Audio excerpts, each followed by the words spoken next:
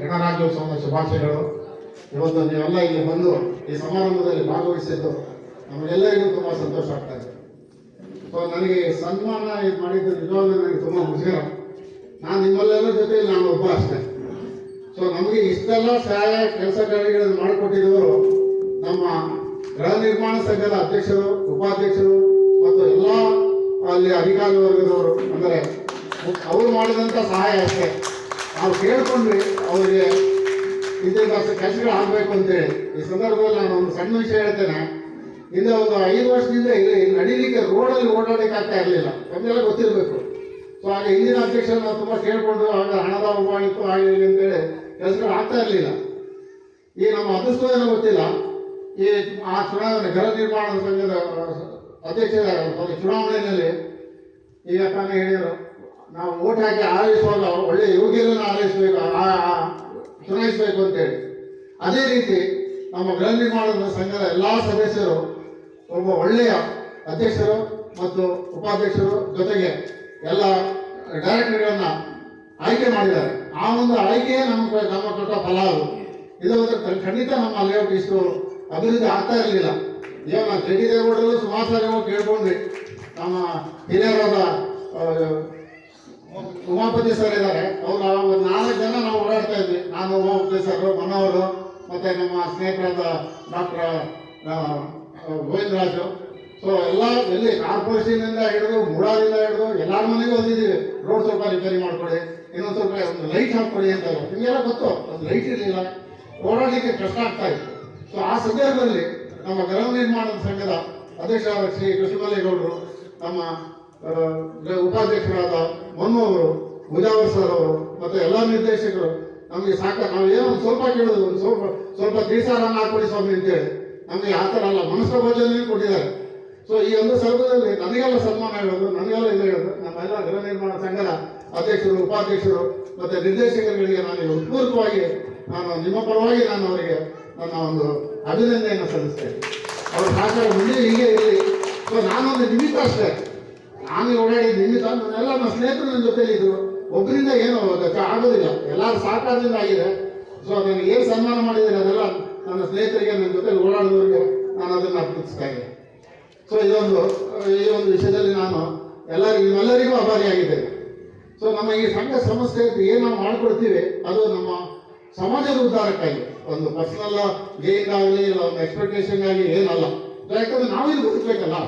ಈಗ ನೋಡಿ, ಕಬಿನಿ ನೀರು ಹಿಂದೆ ನಮ್ಮ ನೀರಿನ ಎಷ್ಟು ಸಮಸ್ಯೆ ಇತ್ತು ಅಂತ ಹೇಳಿದ್ರೆ 700 to 800 HP ಇತ್ತು. ಅಂದ್ರೆ ಅಷ್ಟು ಬೆಳಸಾಗಿತ್ತು ನೀರು. ಆ ನಲ್ಲಿ ಎಲ್ಲ ಹಾಳಾಗ್ತಾ ಇತ್ತು. ನಾವು ಸುಮಾರು 5 ವರ್ಷದಿಂದ ಈ ಕಬಿನಿ ನೀರಿನ ಹೋರಾಟ ಮಾಡಿದ್ದೇವೆ.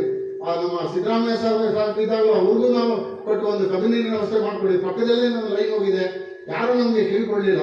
ಸೊ ನಮ್ಮ ಇವರು ಈಗಿನ MLA ಆದ ಟಿ ದೇವೇಗೌಡರು ಮತ್ತು ಶ್ರೀಧರ್ ಅವರು ನಮಗೆ ತುಂಬ ಸಹಕಾರ ಮಾಡಿದರು ಕಬಿನಿ ನೀರು ಕೊಡಲಿಕ್ಕೆ. ಅಂದರೆ ಅದರಿಂದ ತುಂಬ ಓಡಾಡಿದ್ದೀವಿ. ಇವತ್ತು ನೀರು ಸಾಕಷ್ಟು ಬರ್ತಾ ಇದೆ ನಮಗೆ. ಅದನ್ನು ಹಿತವಾಗಿ ಉಪಯೋಗಿಸೋದು ನಮ್ಮ ಒಂದು ಕರ್ತವ್ಯ. ಸೊ ಜೊತೆಗೆ ಈಗ ತಾನೇ ನಮ್ಮ ಅಧ್ಯಕ್ಷರು ಇದರಲ್ಲಿ ಭಾಷಣದಲ್ಲಿ ಹೇಳಿದರು, ನಮ್ಮ ವೋಟಿಂಗ್ ಪವರ್ಗೆ ಎಷ್ಟೊಂದು ಮಹತ್ವ ಇದೆ ಅಂತೇಳಿ. ಸೊ ನಮ್ಮಲ್ಲಿ ಸುಮಾರು ಜನ ವೋಟಿಂಗ್ಗೆ ಹೋಗೋದಿಲ್ಲ. ಇದು ನಿಜವಾಗ್ಲೂ ಒಂದು ದುರದೃಷ್ಟ, ಇಲ್ಲ ನಮ್ಮ ಒಂದು ದುರದೃಷ್ಟ ಅಂತಲೇ ಹೇಳ್ಬೋದು. ಅಯ್ಯೋ, ಅಲ್ಲಿ ಯಾರೋ ಕ್ಯೂ ನಿಂತ್ಕೊಳ್ತಾರೆ, ಯಾರು ಓಟ್ ಹಾಕ್ತಾರೆ, ಕೊನೆ ಯಾರೋ ಬೇಡದವರು ಎಲೆಕ್ಟ್ ಬರ್ತಾರೆ. ಈಗ ನಮ್ಮ ಸರ್ಕಾರನೇ ಆಗಲಿ, ನಮ್ಮೊಂದು ಸಂಸ್ಥೆನೇ ಆಗಲಿ, ನಮ್ಮೊಂದು ಸಂಘನೇ ಆಗಲಿ ಎಲೆಕ್ಟ್ ಮಾಡೋರು ಸ್ಲಮ್ಮಲ್ಲಿ ಇರೋರು. ಸ್ಲಮ್ಮಿನ ಪ್ರಪಂಚ ಮಾಡ್ಕೊಂಡ್ಬಿಡಿ, ಅವರಿಗೆ ದುಡ್ಡು ಅವತ್ತಿನ ಖರ್ಚು ಸಿಕ್ಕಿದ್ರೆ ಸಾಕು. ಅವರಿಗೆ ದೇಶದ ಅಭಿವೃದ್ಧಿ ಆಗಲಿ ಇಲ್ಲ ಅವ್ರಿಗೆ ಏನು ಕೆಲಸ ಮಾಡ್ಬೋದು ಪಡಿಬೇಕು ಅಂತ ಏನಿಲ್ಲ.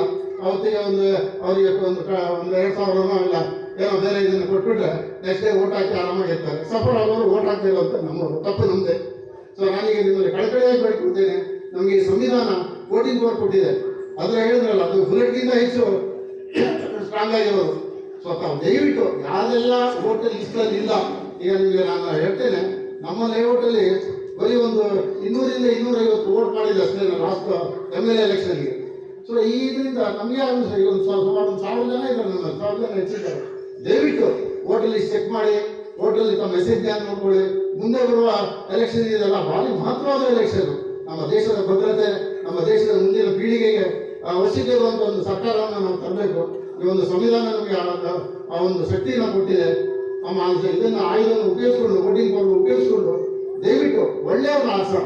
ಪಕ್ಷ ಭೇದ ಆಗಿದೆ ಏನಿಲ್ಲ, ಆ ಪಕ್ಷ ಈ ಪಕ್ಷ ಅಂತಿಲ್ಲ. ಒಳ್ಳೆ ವ್ಯಕ್ತಿ ಕೆಲಸ ಮಾಡೋದಂತ ಆಗ್ಬೇಕು, ದೇಶದ ಅಭಿವೃದ್ಧಿ ಆಗಬೇಕು, ಆರ್ಥಿಕತೆ ಬೆಳಿಬೇಕು. ಈ ತರ ನಾವು ಮೂಲ ಕಾರಣ. ಸೊ ಪ್ರಜೆಗಳಿಗಾಗಿರುವಂತ ಸರ್ಕಾರ ನಾವು ತರಬೇಕು. ಸೊ ಅದನ್ನ ಇನ್ನು ಸಂವಿಧಾನ ನಮಗೆ ಅಂತ ಒಂದು ಶಕ್ತಿಯನ್ನು ಕೊಟ್ಟಿದೆ. ದಯವಿಟ್ಟು ನಾನು ಮತ್ತೆ ಕೇಳ್ಕೊಳ್ತೇನೆ, ನಮ್ಮ ಹೋಟೆಲ್ ಲಿಸ್ಟಲ್ಲಿ ಚೆಕ್ ಮಾಡಿ, ಇಲ್ಲೇ ಹೋಟೆಲ್ ನಾವು ಮಾಡೋಂಗೆ ಮಾಡ್ಕೊಡಿ. ನಿಮ್ಮ ಲೇಔಟಲ್ಲೇ ನಾವು ಎಲ್ಲಿ ವಾಸ ಮಾಡ್ತಾ ಇದ್ದೀವಿ ಅಲ್ಲೇನೇ ಹೋಟೆಲ್ ಲಿಸ್ಟಲ್ಲಿ ನಿಮ್ಮ ಹೆಸರು ಬರಲಿ. ಈಗಲೂ ತಿದ್ದುಪಡಿಗೆ ಅವಕಾಶ ಇದೆ, ಅದನ್ನು ಮಾಡ್ಕೊಳ್ಳಿ. ಜೊತೆಗೆ ಮುಂದೆ ಈಗ ಸ್ಥಳೀಯ ಸಂಸ್ಥೆಗಳಿಗೆ ಎಲೆಕ್ಷನ್ ಬರ್ತಾ ಇದೆ. ಸೊ ಅದು ಭಾರಿ ಮುಖ್ಯವಾದದ್ದು. ಈಗೇನೋ ಸ್ಥಳೀಯ ಸಂಸ್ಥೆ ಯಾರು ಇಲ್ಲ ನಮ್ಮ ಇದಕ್ಕೆ ಪಟ್ಟಣ ಪಂಚಾಯತಿನಲ್ಲಿ ಯಾವುದೋ ಒಂದು ಸ್ಥಳೀಯ ಸಂಸ್ಥೆಗೆ ಎಲೆಕ್ಟೆಡ್ ಬೇರೆ ಯಾರು ಇಲ್ಲ. ಅದರಿಂದ ಏನೋ ನಾವು ಅಧಿಕಾರಿಗಳು ತಿಳಿಸ್ಕೊಂಡು ಇಲ್ಲ ನಮ್ಮ ಸ್ನೇಹಿತರು ನಮ್ಮ ಇನ್ಫ್ಲೂಯೆನ್ಸ್ ಇಟ್ಕೊಂಡು ಏನೋ ಕೆಲಸ ಮಾಡಿಸಿದ್ವಿ. ಮುಂದೆ ಎಲೆಕ್ಷನ್ ಆಗ್ತದೆ ಸ್ಥಳೀಯ ಸಂಸ್ಥೆಗೆ. ನಾನು ನಮ್ಮ ಅಧ್ಯಕ್ಷರು ಕೃಷ್ಣಮೇಲೆಗಳಿಗೆ ಹೇಳ್ತಾ ಇದ್ದೆ, ನಮ್ಮ ಲೇಔಟನ್ನು ಇಷ್ಟೊಂದು ಅಭಿವೃದ್ಧಿ ಮಾಡಿಕೊಟ್ಟಿದ್ದೀರಿ, ನೀವು ಎಲೆಕ್ಷನ್ ನಿಲ್ಬೇಕು ಅಂತ ಹೇಳಿದ್ರೆ ಯಾಕೆ ಸರ್ ನಮಗೆ ಅದೆಲ್ಲ ಅಂತ ಹೇಳ್ತಾರೆ. ಅಂಥವ್ರನ್ನ ನಾವು ಮುಂದೆ ತಂದರೆ ನಾವು ಏನು ಬೇಕಾದ ಕೆಲಸ ಅವ್ರು ಏನು ಅಪೇಕ್ಷೆ ಇದೆ. ಈಗ ನಾನೊಂದು ಸಣ್ಣ ಒಂದು ಉದಾಹರಣೆ ಹೇಳ್ತೇನೆ. ಒಂದು ಲೈಟ್ ಹಾಕಿಸ್ಕೊಡೋಕೆ ನಾವು ಮೂಡಾಗ ಹೋಗ್ತಾ ಇದ್ವಿ, ನಮಗೆ ಒಂದು ಲೈಟ್ ಹಾಕಿಸ್ಕೊಡಿ, ನಮಗೆ ನೀರಿನ ಅವಶ್ಯಕತೆ ಇದೆ, ಭಾರಿ ಕಂಪ್ನಿ ಸಾರಿ ನಮ್ಮ ಬೋರ್ವೆಲ್ ವಾಟರ್ ತುಂಬ ಕೆಳಕಾಗಿದೆ ಹೀಗೆ ಅಂತೇಳಿ ಯಾರೂ ಬಾಧೆ ಮಾಡ್ತಾ ಇರಲಿಲ್ಲ. ಕೊನೆಗೆ ನಾವು ಪಟ್ಟಣ ಪಂಚಾಯತಿಗೆ ಹ್ಯಾಂಡ್ ಓವರ್ ಆಯಿತು.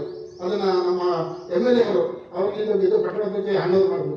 ಆವಾಗ ಹೇಳಿದ್ರು, ಅಯ್ಯೋ ಪಟ್ಟಣ ಪಂಚಾಯತಿ ಮೂಡಾಗಿ ಯಾಕೆ ಅದನ್ನು ಅಲ್ಲಿ ಶಿಫ್ಟ್ ಮಾಡ್ತೀರಿ, ನಮ್ಮ ಇದು ಲ್ಯಾಂಡ್ ಹಾಳಾಗುತ್ತೆ, ನಮ್ಮ ಇದ್ರ ಏನು ಘನತೆಗವರು ಹಾಳಾಗುತ್ತೆ, ಪಂಚಾಯತಿಗೆ ಬಂದ್ಬಿಡ್ತೀವಿ ಅಂತೇಳಿ ನೋಡಿ. ಪಟ್ಟಣ ಪಂಚಾಯತಿಗೆ ಬಂದ ಮೇಲೆ ಕಸ ವಿಲೇವಾರಿ ಆಗ್ತಾ ಇದೆ.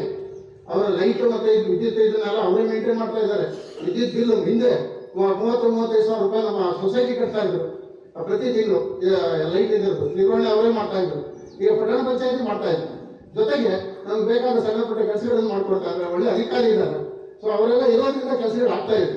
ಸೊ ಹಾಗಾಗಿ ನಾನು ಇಷ್ಟೇ ಕೇಳ್ಕೊಳ್ಳೋದು, ಮುಂದೆ ಏನಾದರೂ ಒಂದು ಪಟ್ಟಣ ಪಂಚಾಯತ್ ಎಲೆಕ್ಷನ್ ಆದರೆ ಒಬ್ಬ ಒಳ್ಳೆ ವ್ಯಕ್ತಿನ ಆರಿಸೋಣ. ನಮ್ಮ ಇಲ್ಲಿಗೆ ಲೇಔಟ್ಗೇನೆ ಒಬ್ಬರು ರೆಪ್ರೆಸೆಂಟೇಟಿವ್ ಬೇಕು. ಈಗ ನಮ್ಮ ರೆಪ್ರೆಸೆಂಟೇಟಿವ್ ಲಿಂಗಾಪತಿ ಮಾಡಿದ್ದಾರೆ, ಯಾರು ಅದೇನು ಮಾಡ್ತಾರೆ, ಎಲ್ಲಿ ತಿರುಗಿ ನೋಡೋದಿಲ್ಲ, ಅವ್ರು ಮಾತಾಡ್ಸೋಕ್ಕಾಗೋದಿಲ್ಲ. ಸೊ ನೆಕ್ಸ್ಟ್ ಎಲೆಕ್ಷನ್ಗೆ ನಮ್ಮದೇ ಒಬ್ಬ ಒಳ್ಳೆಯ ವ್ಯಕ್ತಿ ಕೆಲಸ ಮಾಡೋದಕ್ಕೆ ಆಸೆನ ಇದನ್ನು ಅಧಿಕಾರ ನಮಗೆ ಸಂವಿಧಾನ ಕೊಟ್ಟಿದೆ. ಇದನ್ನು ಉಪಯೋಗಿಸ್ಕೊಂಡು ನಾವು ಮುಂದೆ ಬರುವ ಎಲೆಕ್ಷನಲ್ಲಿ ಸಂಘ ಸಂಸ್ಥೆ ಎಲೆಕ್ಷನ್ನಲ್ಲಿ ನಾನು ಕೃಷ್ಣರಾಜ್ ಕೇಳ್ಕೊಂಡಿದ್ದೀನಿ. ಅದಕ್ಕೆ ಎಲ್ಲರಿಗೂ ಒಪ್ಪಿಗೆ ಅಂತ ಹೇಳಿ ಅಂದ್ಕೊಡ್ತೀನಿ. ಬಟ್ ಅವ್ರು ಎಲೆಕ್ಷನ್ ನಿಲ್ಲಿಸ್ಬಿಟ್ಟು ಹಳೆ ಕೊಡೋದು ಬೇಡ, ಅವ್ರು ಗೆಲ್ಲೋ ಬಿಟ್ಟು ಆದ್ರೆ ಮಾತ್ರ ನಾವು ವ್ಯವಸ್ಥೆ ಮಾಡೋಣ ಅಂತ ಒಂದು ವ್ಯಕ್ತಿ ಬೇಕು ನಮಗೆ. ಅವ್ರಿಗೆ ನಮ್ಮೆಲ್ಲ ಸಹಕಾರ ಇರಲಿ.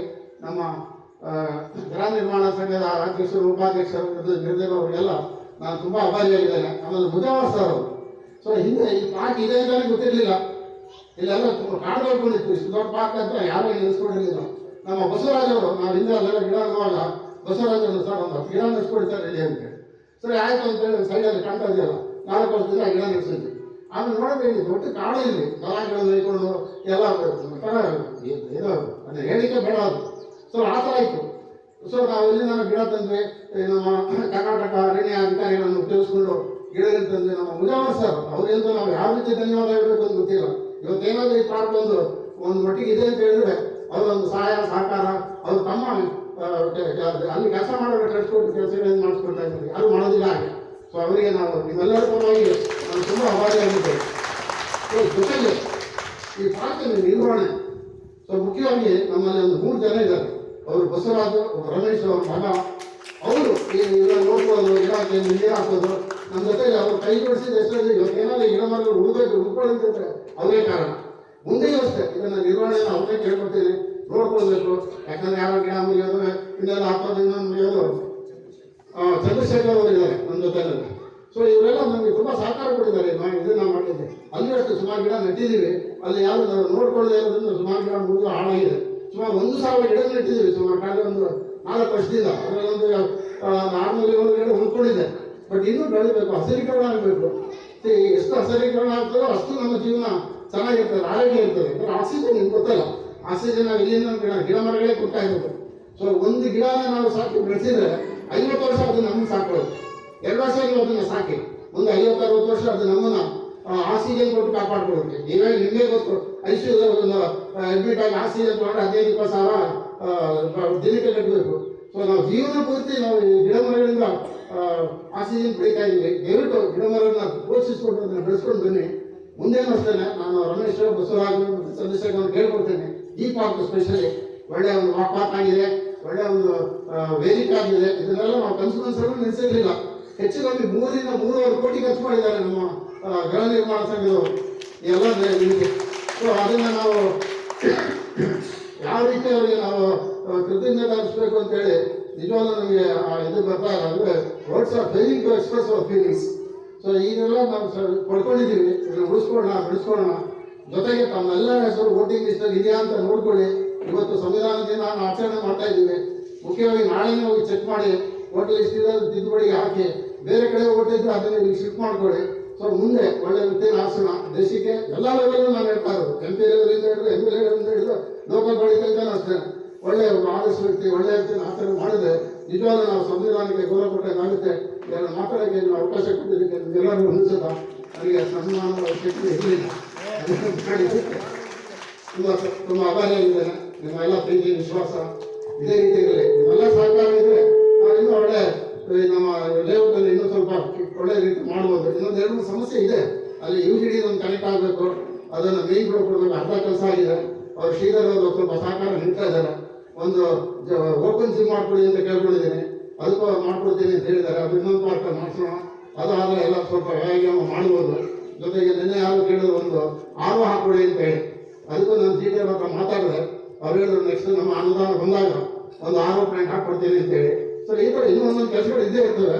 ಇದನ್ನೆಲ್ಲ ಮಾಡ್ಸೋಣ. ನಿಮ್ಮ ಸಹಾಯ ಸಹಕಾರ ಇರಲಿ, ನಿಮ್ಮ ಪ್ರೀತಿ ವಿಶ್ವಾಸ ಹೀಗಿರಲಿ ಅಂತೇಳಿ ಕೇಳ್ಕೊಂಡು ಈ ಸಂವಿಧಾನ ದಿನದ ಆಚರಣೆ ದಿನ ನೀವೆಲ್ಲ ಸೇರಿದಕ್ಕೆ ನಿಮ್ಮೆಲ್ಲ ಅಭಿನಂದನೆ ಸಲ್ಲಿಸುತ್ತಾ ನಾನು 2 ಮಾತನ್ನು ಮುಗಿಸ್ತೇನೆ. ಜೈ ಹಿಂದ್, ಜೈ ಕರ್ನಾಟಕ.